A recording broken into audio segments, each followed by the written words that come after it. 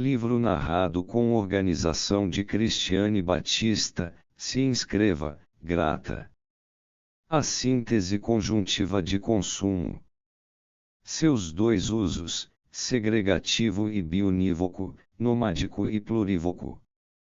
O corpo sem órgãos e as intensidades.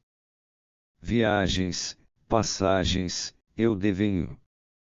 Deleuze e Guattari. Vimos como na terceira síntese, síntese conjuntiva de consumo, o corpo sem órgãos era verdadeiramente um ovo, atravessando por eixos, retesado em zonas, demarcado por áreas ou campos, medido por gradients, percorrido por potenciais, marcado por limiares. Neste sentido, acreditamos na possibilidade de uma bioquímica da esquizofrenia, em ligação com a bioquímica das drogas, que será cada vez mais capaz de determinar a natureza desse ovo e a repartição campo gradiente limiar. Trata-se de relações de intensidades através das quais o sujeito passa sobre o corpo sem órgãos e opera deveres, quedas e elevações, migrações e deslocamentos. É com toda razão que Lé define o processo esquizo como uma viagem iniciática, uma experiência transcendental da perda do ego, que obriga um sujeito a dizer, eu tinha, de alguma maneira, chegado ao presente a partir da forma mais primitiva da vida, o corpo sem órgãos, eu olhava, não, ou melhor, eu sentia à minha frente uma viagem assustadora. Não é uma metáfora o que aí se fala de uma viagem, assim como não é metáfora o que há pouco falamos do ovo, daquilo que nele e sobre ele se passa, movimentos morfogênicos, deslocamentos de grupos celulares, alongamentos, dobramentos, migrações, variações locais dos potenciais.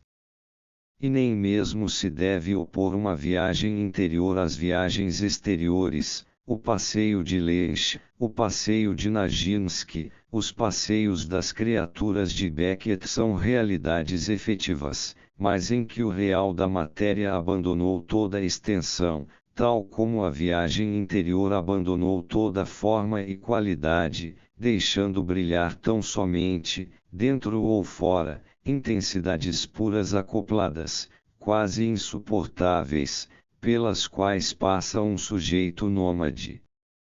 Não é uma experiência alucinatória e nem um pensamento delirante, mas um sentimento, uma série de emoções e de sentimentos como consumo de quantidades intensivas que formam o material das alucinações e delírios subsequentes.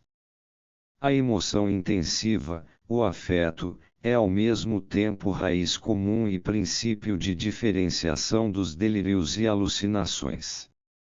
Dir-se-ia, assim, que tudo se mistura nesses deveres, nessas passagens e migrações intensas, em toda essa deriva que sobe e desce no tempo, países, raças, famílias, denominações parentais, denominações divinas, históricas, geográficas e até pequenos fatos.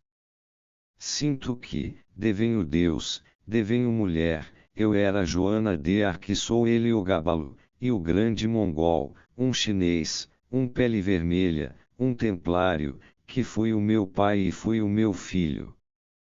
E todos os criminosos, toda a lista dos criminosos, os criminosos honestos e os desonestos, antes onde do que Freud seu Édipo. Talvez querendo ser Oern, serei finalmente Marrud. E eu só queria ser Oern. E isso eu talvez consiga esforçando-me por ser Tartempion. Então terei de ser apenas Tartempion. Mas se tudo se mistura assim, em intensidade, não há confusão dos espaços e das formas, posto que estes são precisamente desfeitos em proveito de uma nova ordem, a ordem intensa, intensiva.